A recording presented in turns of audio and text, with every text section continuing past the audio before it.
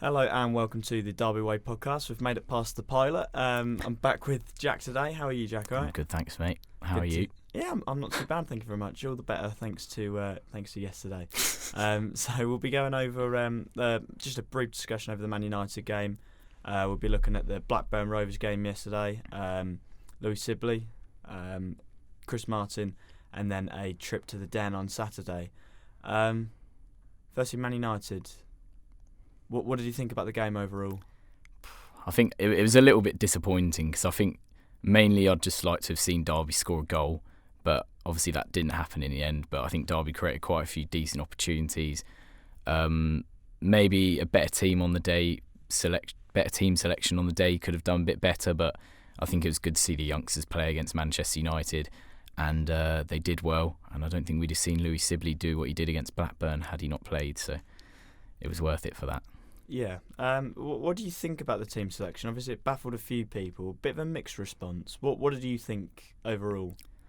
Well, I think it's a tough one really because I think had Darby not gone with the academy players and played a stronger team, Man United still probably would have won.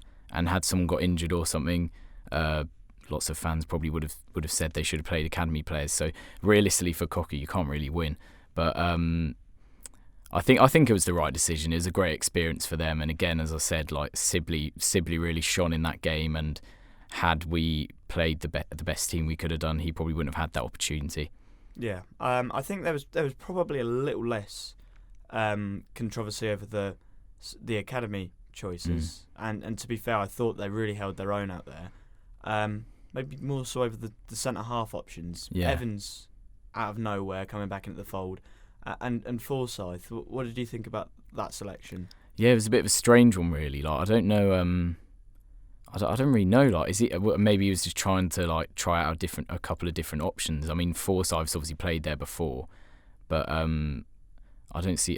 He could have played Davis, couldn't he? I mean, he's like not started too many games recently, so he could have played him, but he opted for Forsyth. And then I think with Evans, it's just giving him game time because he's obviously coming back from injury. And testing him out at centre-back to see whether he could be there and be playing there in the future, I guess. I think he personally chose those two because they're probably our quicker centre-halves. Yeah. If you compare the likes of Davies, Clark and Wisdom, who can all play there, obviously Bielik's out, they're probably the two quicker centre-halves Koku has, especially if he was scared of Martial. Obviously he didn't start, but if he was scared of someone like him playing up top, I'm not overly surprised he would have started. Yeah. Evans and Forsyth, obviously they were a little bit at fault for the second goal. They probably should have got that off Ighalo sooner, but at the end of the day I can see why he's gone with them and why that decision was made in the end. But it was just a bit of a classic cup tie, wasn't it? Yeah.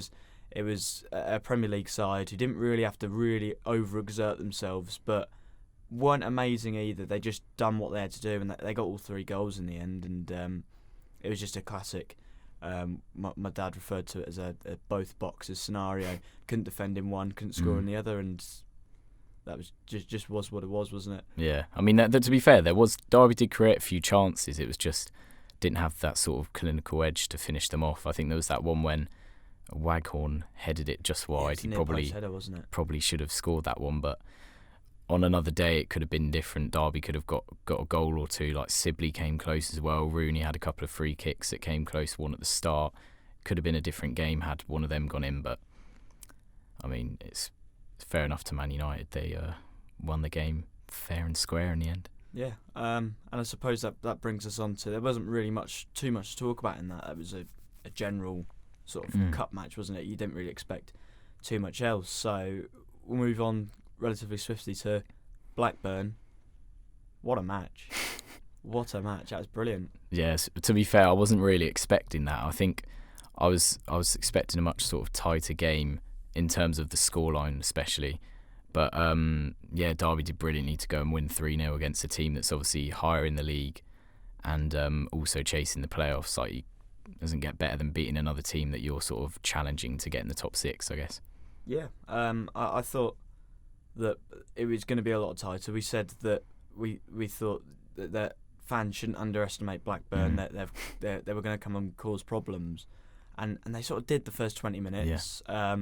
they really stifled Darby. That they sort of brought out a really high press, and you couldn't get it past the two holding midfielders with Bird and Shinnie. And then sort of the deadlock was broken in a fantastic way from Louie Sibley.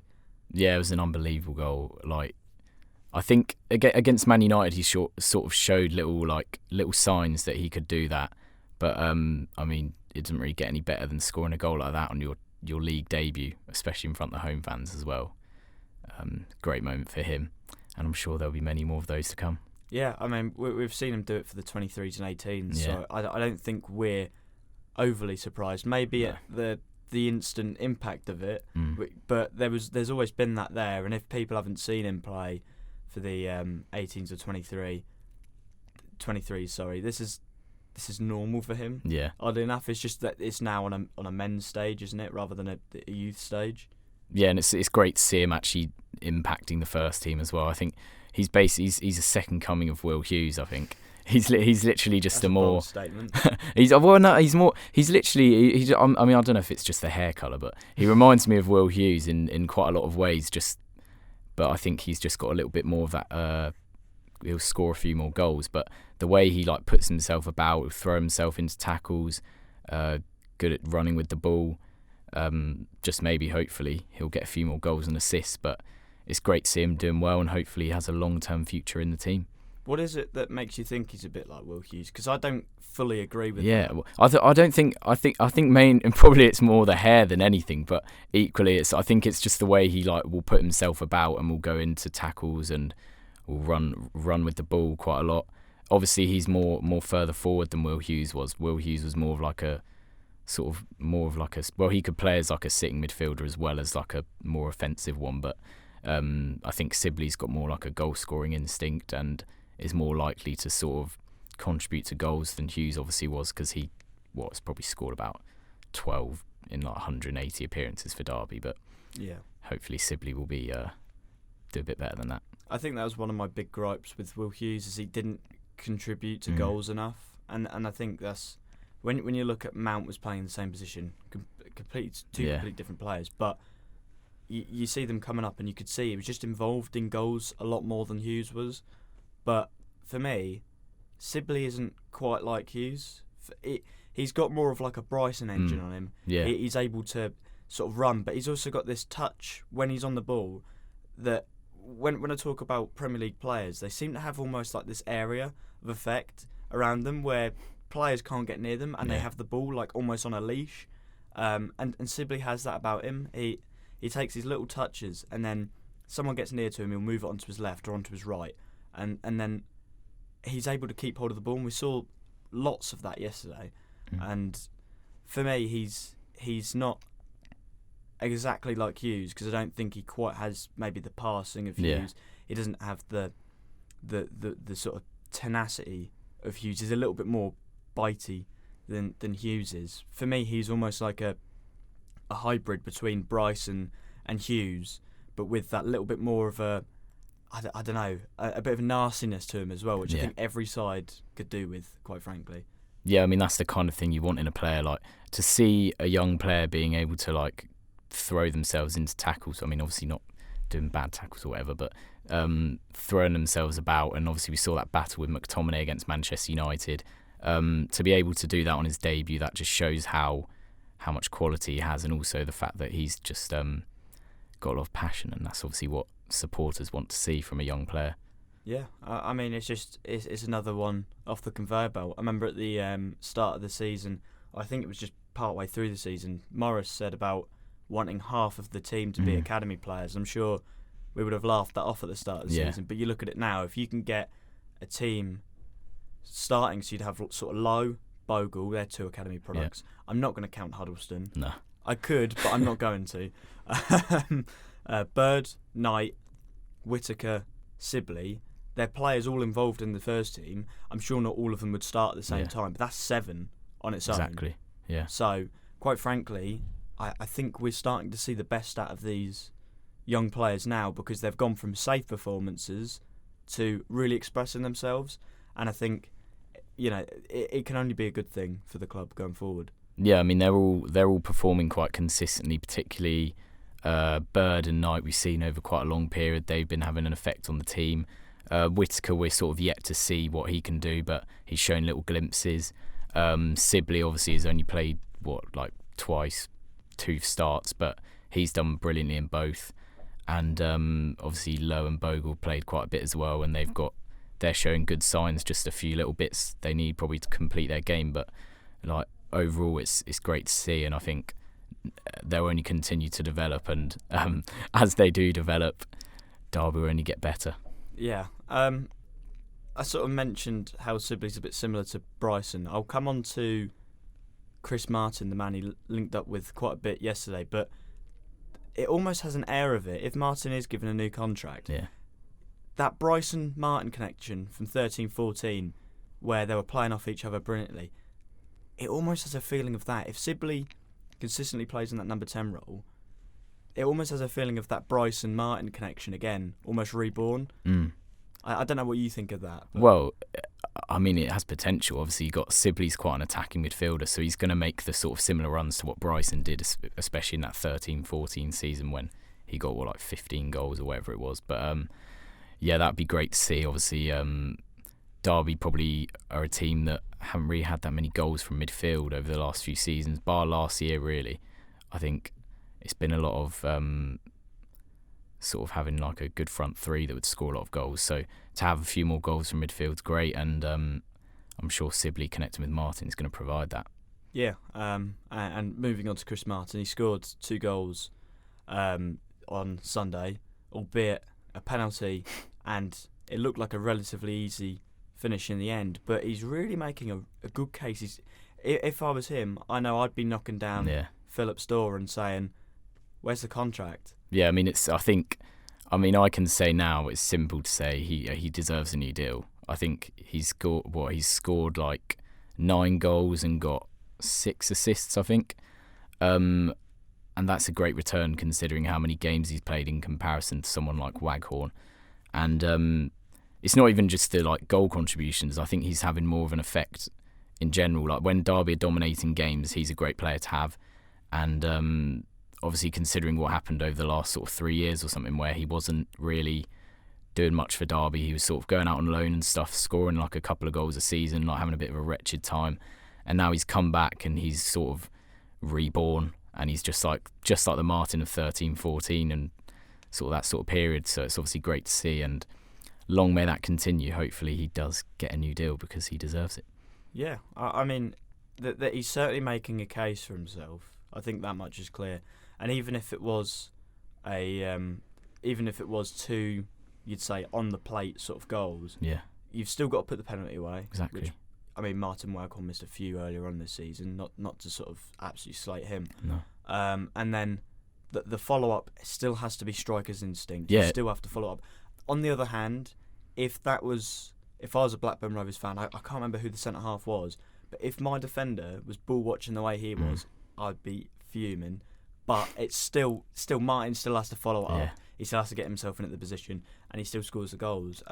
So that there's still something there for him, and whether it's with Derby or not, another club will get the best out of him. Yeah. So it's just whether Cuckoo sees him in his plans or not.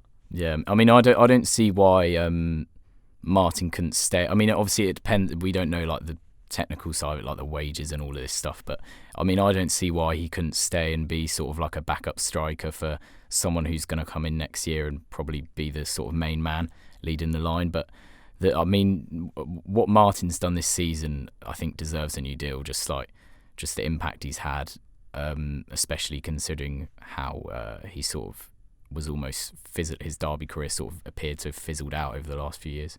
Yeah, I mean, he got himself up to, I believe, it's 74 goals for Derby now. And when you consider he brings so much more than goals as well, you're thinking 74 is a brilliant return for a free transfer. That's a fantastic return. Everyone will say Timu Puki's the best free transfer. Is there a case for Martin to be the best free transfer? Well, I mean, probably in recent Championship history, probably. Yeah. He's up there. You see, for there was 3 seasons, I think, when he was among the top few scorers. Obviously, as we say, he did have a few years where he wasn't really up there, but again, he's shown over the course of 7 years that he is a top Championship striker, and the fact that Darby got him for free is just fantastic business. So Craig Forsyth, another man who's out of contract in the summer. He got in the team of the week this week, and he's. I think it's fair to say he's had an indifferent spell under Cocu. Would you be giving him a new contract?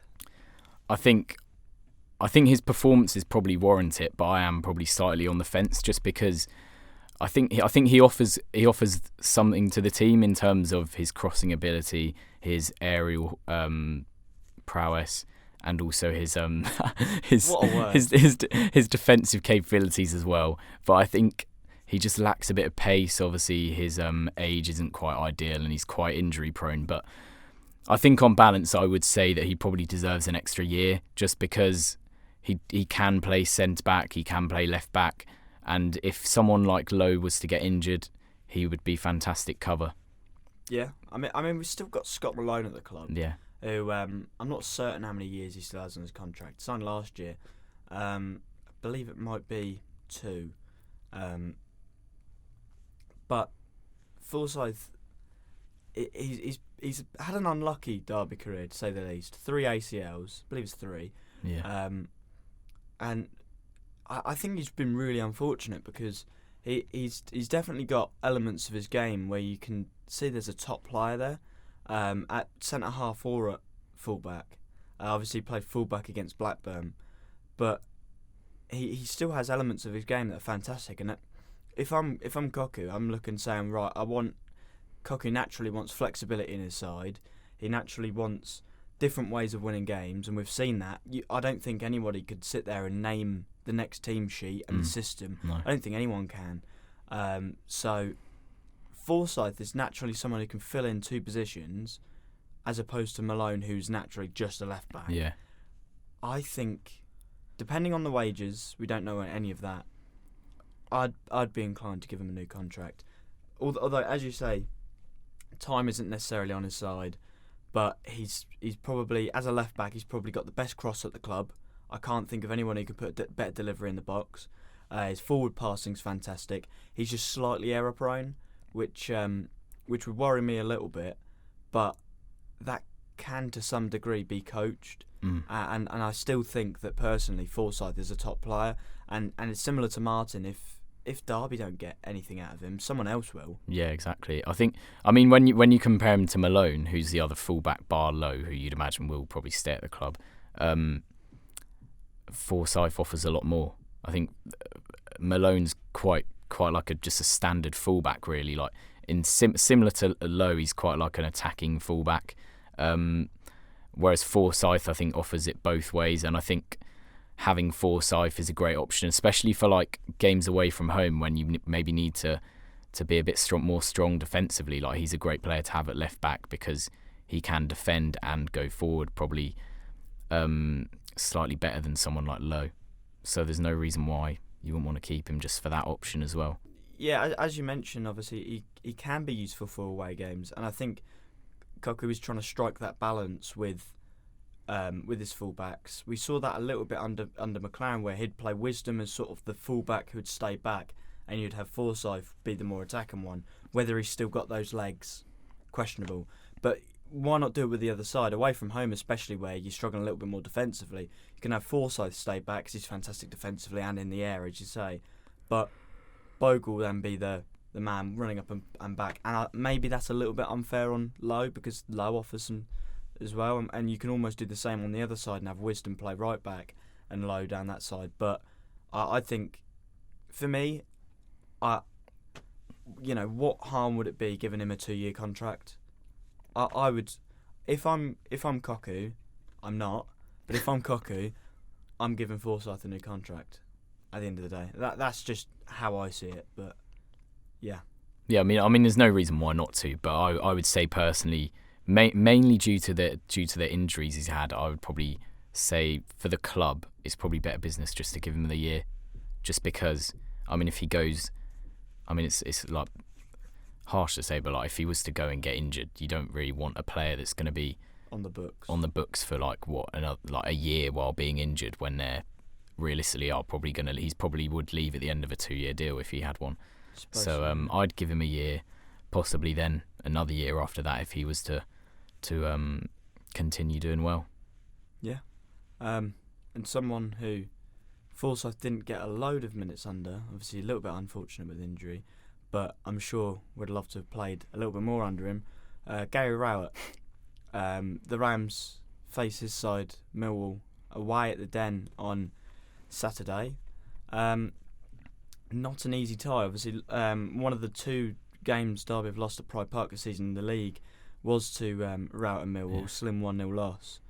That they can really put a real push on the playoffs this season, especially with a win on Saturday. What do you think about their chances or Derby's chances going into that game at the Den? I mean, the Den's always quite a tough place to go. It's quite an imposing sort of atmosphere, I think. But it's going to be a tough one because obviously Derby aren't the strongest away from home, as we know. Gary Rowett's going to be wanting to get one over Derby again, but I think it's going to be a tight game. But hopefully, Philip Cocu manages to secure the W. Yeah, Rowett is an odd one. He's an odd case, I think.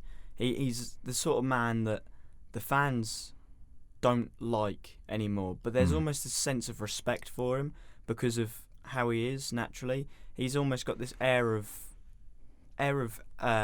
not smugness or arrogance, but self-assuredness. Yeah. That the fans can't help but sort of like him, but also dislike him. You know, what did you think about his time at Derby? Because it was ended rather abruptly, and I'm sure everyone was sort of upset at the time about it. I mean, I personally, I love Gary Rowett still. It's just something about him, just the way he is, just like his personality and like. It's just trainers, isn't I it? think, yeah, the trainers, yeah. Trainers. I think sort of the relationship he sort of is able to create with the fans and stuff. I think I just love Gary Rowett. To be fair, like he was probably one of my favourite managers over recent years, and even if he did go and move to Stoke, I don't really care. I still like him, and wish him the best really at Millwall. Apart from this game, of course. I mean, I sort of.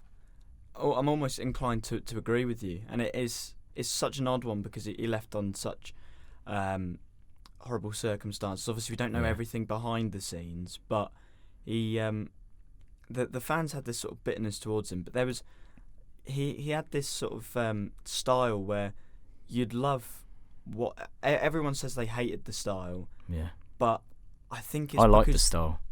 I did. It's at the end of the day, it's the championship. It's about just getting yourself up, isn't it? And different ways. You don't always have to play like spectacular football. Yeah. It's just, I think his style is essentially winning football. Like it's being strong defensively, being able to sort of score goals even if you're maybe not the better team. Like we saw, how many times did we see Derby under Rowett go and win a game like 3-0? Like Derby weren't like a massively attacking team. Like Rowett, like efficient. Allegedly, yeah, exactly. Derby were allegedly like a really defensive team under Rowett, but how many games did they go and win 3-0? Quite a few, I think. So, yeah, I think it is such an odd case because I don't think his football was that bad. I enjoyed going to the football and watching a snuff outside. It was watching how the shape progressed through the season. You know, you'd see a lot of the time wouldn't be on the ball, but just spoiling teams' day, and there was almost a sense of everyone on board with that. And obviously, unfortunately, it sort of collapsed in February, as per the usual Derby season. But there was just this enjoyment of going, actually, we're a nasty club all of a sudden, and he's made it nasty, and teams don't want to play Derby. Where before maybe 13, 14 teams didn't want to play Derby, then 14, 15, 16 teams were like, bring it on. Yeah. There was almost a sense of, we don't want to play Derby again. Why would we want to play them? They're nasty. They play horrible football. They suffocate us. Exactly. And I enjoyed the sense of that. I enjoyed that almost fear factor and going up and ruining everyone's day. And Rowett created that sense. And I don't know whether it's him as a person or, you know, he likes to get under people's skin. And I wouldn't be surprised if press conference in midweek would be an interesting one, and Derby fans sort of had a bit of a bite. Yeah, I mean, I think on the point of it being Rowett or what. I think it's a mix. Like, I think the way he sort of carries himself and stuff is always good. He as you said, he likes to get under the other team's skin, sort of thing. And I think that sort of nastiness that he brought kind of was great, because Derby were sort of just thought of as like a nice little club, like, oh, they'll just pass it around the back or whatever. We'll just go and upset them at their place. But Rowett sort of turned Derby into a bit of a nasty club, and I think that sort of allowed Lampard to sort of have that thing where he would create that rivalry with Leeds, because of that sort of nastiness that Rowett created.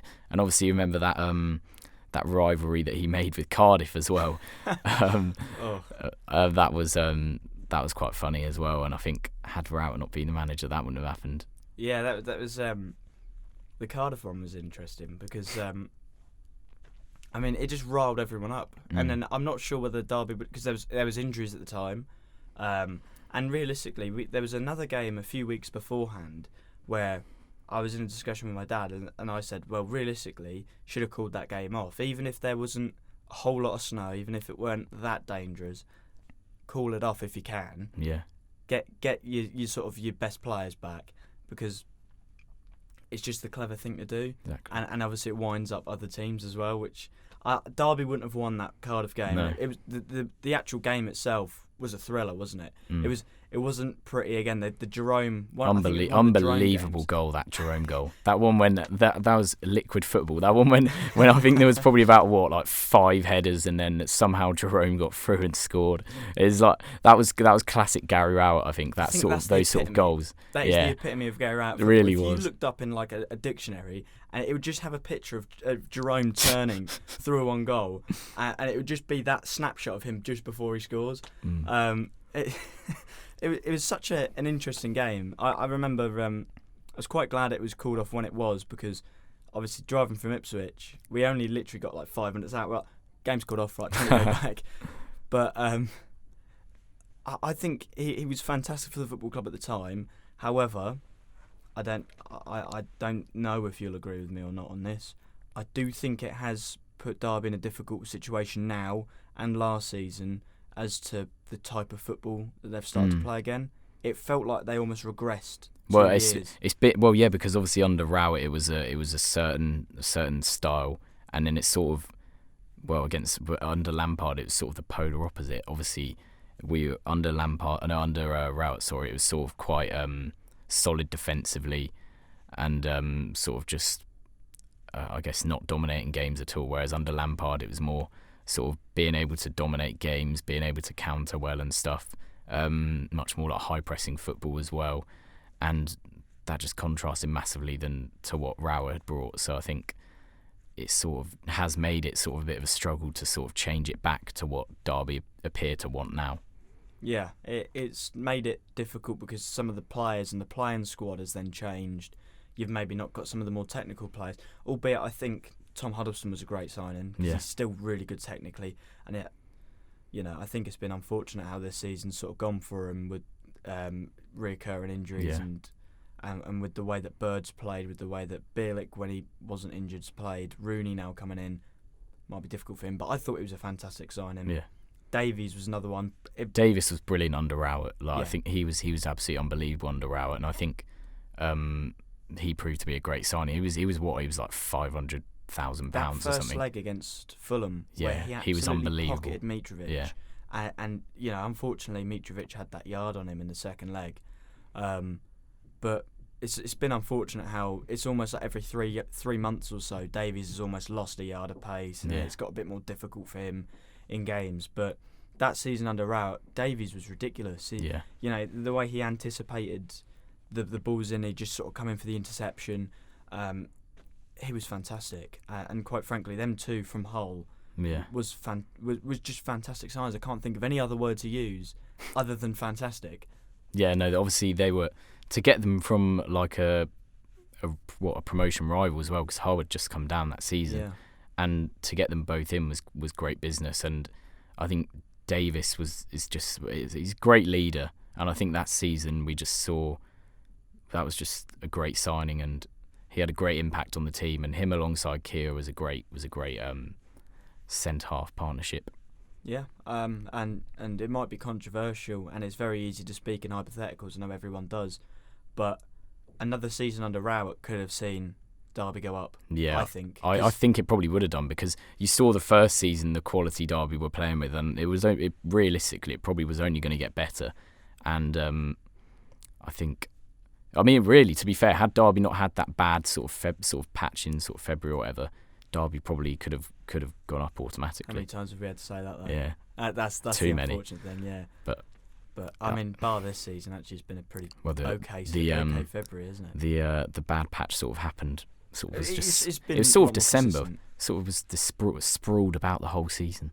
Yeah, well, I think it's just been, pretty consistent overall. Yeah. But I do think that with Millwall away, if Derby have any chance, and I mean the tiniest of chance, they need to get a result of getting in the playoffs. They need to get a result on Saturday, because it's a 6-pointer for getting into the playoffs, and I can't believe I'm saying that, first of all, and I feel stupid saying it, but there's that. So you're playing against those sort of sides, and Derby are now coming up against sides where they're going to be tough, but I would also like to think that Koku's had enough time now where he's thinking, right, bring on the tough games, bring on the Leeds, the West Broms, the Forests, because he's now had near enough 3/4 of a season now, slightly over that now, where you're thinking, right, okay, bring him on, let's give ourselves a real test here. We've already played the Lutons and the Charltons, and that's no offence to them, and obviously there weren't great games against them, but you'd like to think, okay, let's have a real tough end to the season. If you're able to get games against Millwall, if you're able to win games against Preston, Leeds and West Brom, by the time Derby play them, they might already be promoted. Yeah, no, there was a chance. Teams like against the games against like Millwall and Preston, that's only positive, because if you're beating them, they're not getting any points, so you can sort of stop them getting anything and gain points on them. And then against teams like Leeds and West Brom and those sort of sides, if you're able to beat them or do well against them, that's only going to increase the confidence, because they're brilliant teams. So if Derby were to get in the playoffs, they could build some fantastic momentum from getting results against those sort of sides. Predictions? Got any predictions for Millwall? For the game on Saturday? Yeah. I think it's quite a tough one, but I feel as though it's probably going to be a draw. I think maybe like a 1-1, 2-2 perhaps. I think the football purists would love that. Yeah. Because Derby at the moment, precisely mid-table, 0 goal difference. Yeah. That reads perfectly average. And as a football purist, I absolutely love that to some degree. Maybe not Derby's positioning, but mid-table, 0 goal difference. But no, I agree. I think it'll either be a slim victory or a or a draw. But then again, we sort of said that about Blackburn, so who knows what will happen there. But I think probably wrap it up now, shall we? But one last thing. One last thing I think we should talk about is, obviously, as we just mentioned, Derby possibly now in among the playoff race. Do we think we've got 9 games to go? Do we think Derby are going to get in the playoffs? Yes or no? I'm going to lean into the mic for this one. No. But I don't think Derby will. Yeah. Honestly, not consistent enough away from home. We've seen that enough already. Maybe if, again, like I said last week, Derby had an average away form, probably be in and around it, or definitely be in and around it. It's only 5 points that Derby have to make up. But I think you're asking for a hell of a lot of consistency over 9 games. Are Derby able to do that? I wouldn't say so. I mean, I agree, to be honest. I think even if Derby did get in the playoffs, I think realistically they probably wouldn't go up, and I don't think Derby are ready to go up yet. But that's not a bad thing. So, you say, not ready to go up. It's almost probably would be a positive if Derby didn't go up. I mean, or didn't get in the playoffs, possibly finish like 8th or 9th or something. I think in with a good end to the season. Yeah, have a good end to the season, and then go again next season properly, sort of go full throttle for promotion. I genuinely think that would be the perfect season. If you all of a sudden you put all of this away, we were thinking, okay, mid-table finish, youngsters coming through. It's like I said last week, but then you add a late playoff push. Okay, I don't think I'd like Derby to be in the playoffs, because probably get hammered. Yeah. Because there's some decent sides in there. Although I think on their day Derby could get something. I just think a late playoff push, maybe not quite making it, but saying, look, if this is what we call a poor season, we've now got youngsters who are a year on from where they are. We've got tactics that are a year on from where they are. You've got another window with Tawirik's already coming in, and hopefully he'd have the backing. I'd imagine maybe one or two players might go. Yeah. But you're thinking, actually, if that's what it's been a poor season for the league in general, I understand that. But if that's what Derby can do in a poor season, what's saying that Derby can't do something next season? Yeah, no, I agree with what you said, and obviously, I think this season's sort of been the season Derby have needed for quite some time, just because there's no sort of real pressure now for Derby. I think they can go out and play a few youngsters. I mean, obviously, Koku probably wants to finish in the playoffs, but for the club and the team, I think it's better for Derby to finish, as we said, sort of 8th or 9th, and hopefully next season will be the season where they can sort of go for the full season with some players that will be more developed, and as you said, everything's going to be more developed, and hopefully Derby will be able to put in a better promotion push. Yeah, I think there's just been, you go into the last 9 games, and it's not just the youngsters you tell this to, because I think he's said it to the youngsters anyway, but go out there and express yourself, and you never know where you're going to end up. So quite frankly, if the Derby can make a late playoff push, albeit fair play, and it can only mean good things for looking at the table and going, well, if this is a poor season, we can only get a good season, which is what I've sort of already said. But for me, just go out there, express yourselves. If you find yourselves in the playoffs, just go for it. Go for it. So we'll probably wrap that up there then. So thank you for coming on, Jack. Do you want to plug your socials again? Or? Yeah, might as well. At Jack Hasler 23, that is JACKHASLER, the number 2 and the number 3. That is on both Instagram and Twitter. Yeah, if you wanted to follow my socials, it's at Luke Thrower 45. There we go, I was trying to remember the numerals. At Luke Thrower 45 on Twitter. And we shall hopefully reconvene next week off the back of Millwall game, with Reading to come after that. And to be honest, I'm not sure there's next game after that. So it's Preston. Preston's okay, next. Brilliant. Yeah. So Reading and Preston will probably be the next one that we reconvene on. So thank you very much for watching, and we'll see you next time.